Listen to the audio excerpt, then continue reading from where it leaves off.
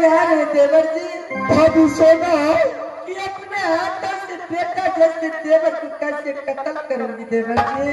भाभी सोना जब आप इंद्र बाबा के साथ में सत की है तब मैं तुम्हारे सत का आदर्श पालन करूंगा, लेकिन एक बार मुझे सबसे प्रिय दोस्त देवा पंडित से मिला दीजिए भाभी। मैं उससे मिलकर के अपना सर तुम्हारे हाथों में दे दूंगा भाभी। ठीक है देवर जी। अरे मेरे दोस्त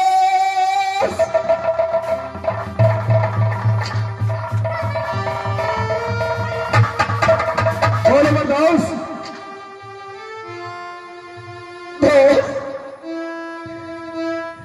आज तुम्हारा मोहब्बत से नाता टूट रहा है दोस्त। आज कारण क्या है जो इस समय आपकी आंखों में आंसू आ रहा है दोस्त? हल्ला तक क्या नहीं हल्ला ये बहुत ऐसा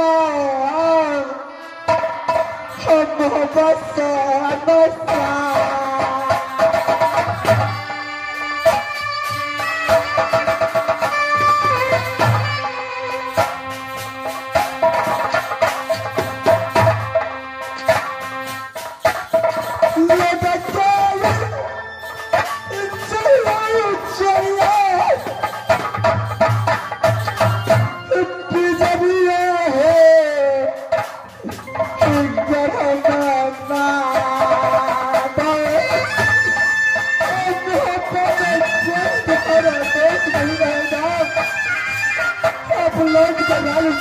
नशा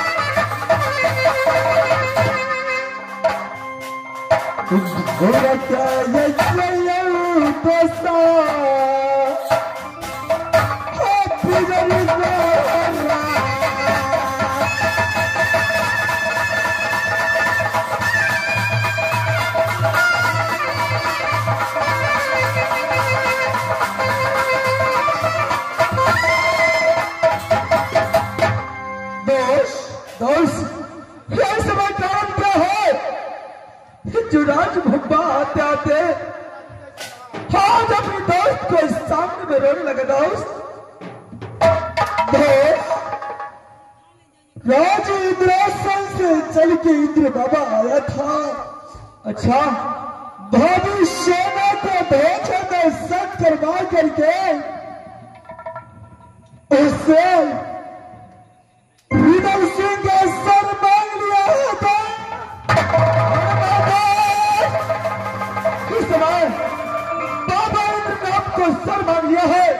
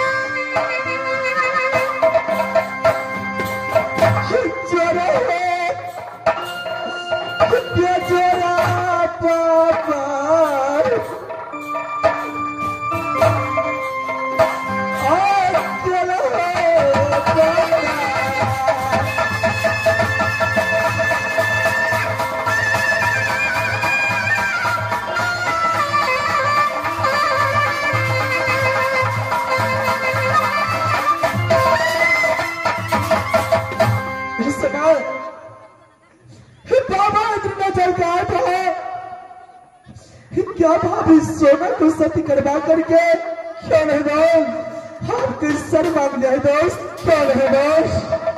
इस समय भाभी सोना की बुलाओ, मैं से कुछ बातें चीती करूंगा दोस्त।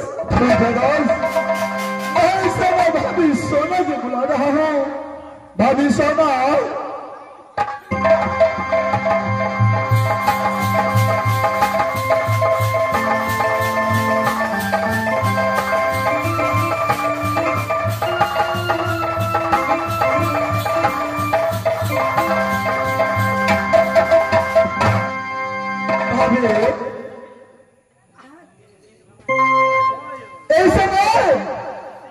मेरा दोस्त आपसे कुछ बातें करेगा भाभी। क्या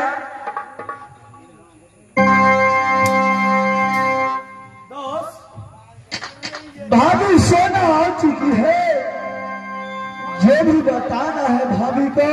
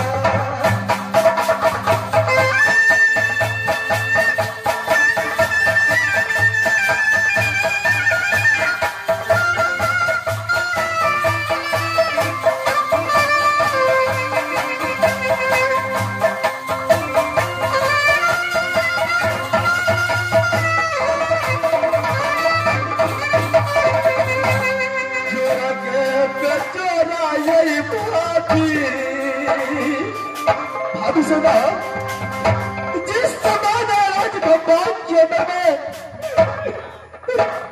उधर और देवा निकलता था तो दोनों को कुछ समान लगता था भाभी। चोरा के चोरा गई भाभी,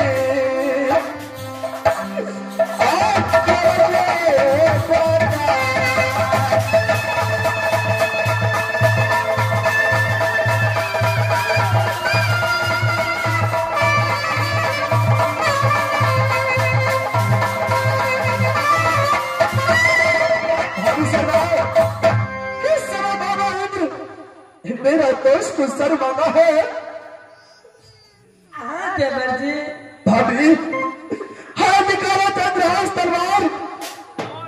इस समय मेरा दोस्त को छोड़ दो। इस समय मेरा दोस्त को सर को काट लो भाभी। दोस्त, ऐसा मत कीजिए दोस्त। जब भाभी सोना ने इंद्र बाबा को 60 में सत्य किया तो सत्य का पालन अवश्य होना चाहिए दोस्त। दोस्त, ये काम कीजिए, यहां से आप लौट करके राज पिछली चले जाइए दोस्त। है दोस्त, ऐसा खराब भी नहीं हो सकता है दोस्त कि आपको छोड़ करके नहीं राज पिछले अपनी मां और पिता करके राज पिछली चला जाइए दोस्त। आपका मेरा कसम है, मेरा बातों को मानिए, आप लौट के राज पिछली चले जाइए दोस्त।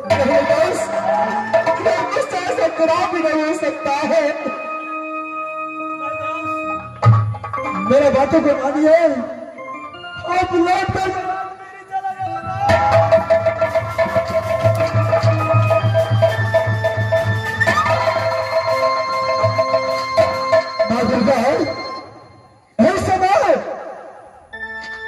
तो मैं अपने दोस्त को राज पिछली तो भेज चुका है। अब मैं अपना शरीर का ताकत कटाने के लिए तैयार हूं। मां, जब भाभी सोना ने शर्त कर लिया तो शर्त का पालन होना चाहिए। भाभी सोना। हाँ देवर जी। भाभी, जब आपने शर्त किया है बाबा इंद्र के साथ, तो मैं अपना शर देने के लिए तैयार हूं भाभी। लेकिन कान खोल के सुनो, मैं क्या बता रहा हूं। क्या?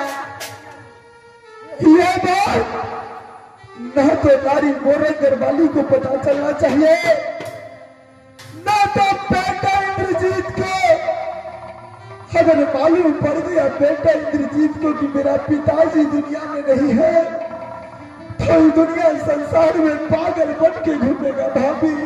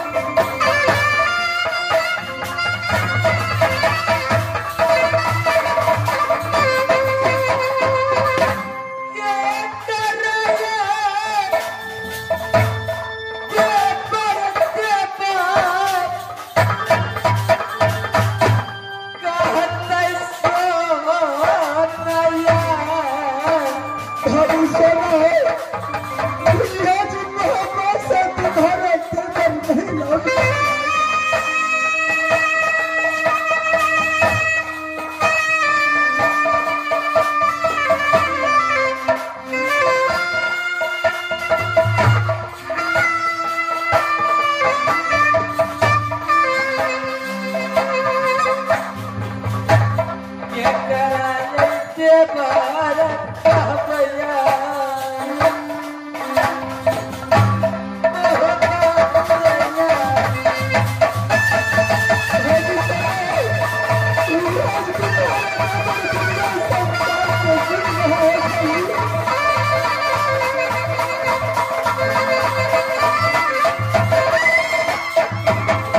भाभी सुनो, देवर मेरे बाबा को साथ में तुम 2 घंटे का टाइम लिया है। टाइम हम हो चुके हैं। ये लो मैं अपना चंद्रहास दे रहा हूँ भाभी। चंद्रहास